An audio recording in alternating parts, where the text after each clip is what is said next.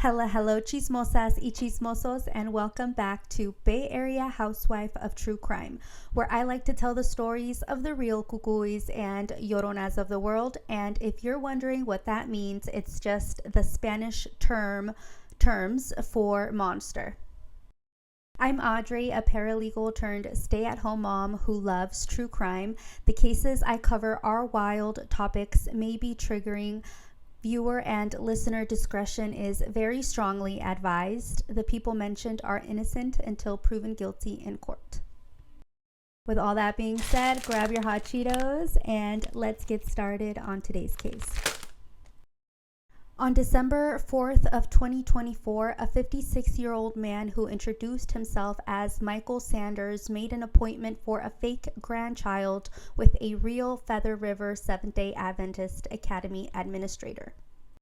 Michael Sanders' real name was Glenn Litton. After he was dropped off by an Uber driver, he went inside the school, met with the academy's principal, and after his scheduled appointment, he headed down the school's corridor, pulled out his weapon, and shot two kindergartners, 5-year-old Elias Wolford and 6-year-old Roman Mendez. Glenn then turned the gun onto himself and killed himself in the school's playground.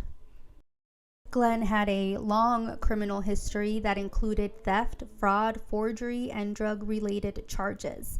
He had served time in prison for forgery and theft. In 2015, he was arrested for aggravated identity theft. In 2014 and 2015, he was arrested on federal charges for attempting to obtain 2 passports under 2 different identities.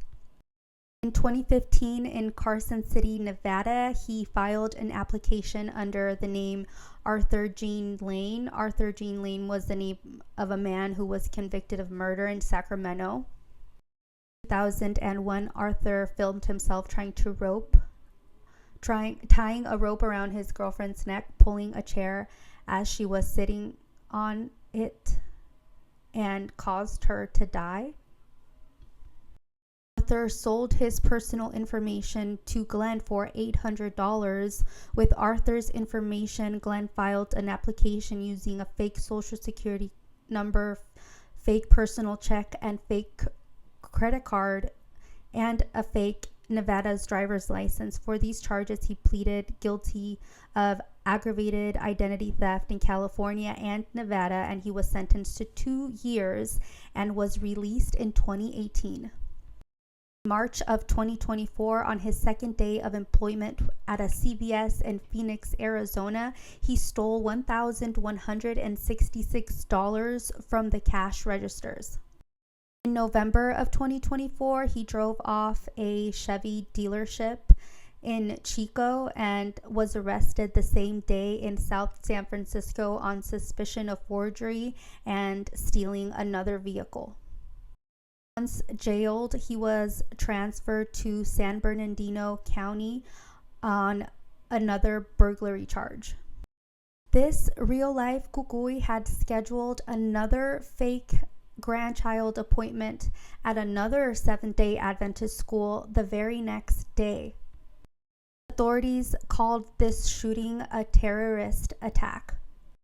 Glenn grew up in the Seventh-day Adventist Church, and we can only assume probably had some serious, deep-rooted religious trauma, as he also went to Adventist academies in Paradise, Chico, and Red Bluff, California. Glenn also had a history of mental illness dating back to childhood. Prior to the shooting, he had mailed letters and scheduled emails to his friends where he called himself the lieutenant of the International Alliance, an organization he made up, and said that he was tasked to, and I quote, countermeasure in necessitated response to America's involvement with genocide and oppression of Palestinians, along with the attacks on Yemen, end quote. The news about this horrific tragedy broke. Corey Honia with the Butte County Sheriff's Office said, and I quote, "It appears he pulled information from various sources and it all came together in his mind to form a reality that perhaps is false or different from ours," end quote. His sister said that she had been trying to get him help for substance abuse. His sister had driven him to take the Sacramento Greyhound bus to Chico and paid for him to stay at the Haven Inn in Chico on November 23rd and November 24th of 2024 for the next month until the attack. He stayed at various hotels and was known to live a nomadic lifestyle.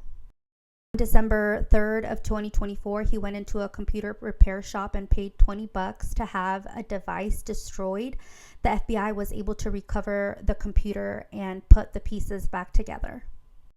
He stayed at a Denny's restaurant carrying a duffel bag with him and left at 4:08 a.m. He then catched a Butte Regional Transit bus at the intersection of Salem and West 2nd Street. He got off the bus at Montgomery and Mayor Street and headed into Rally's, where he bought himself an energy drink.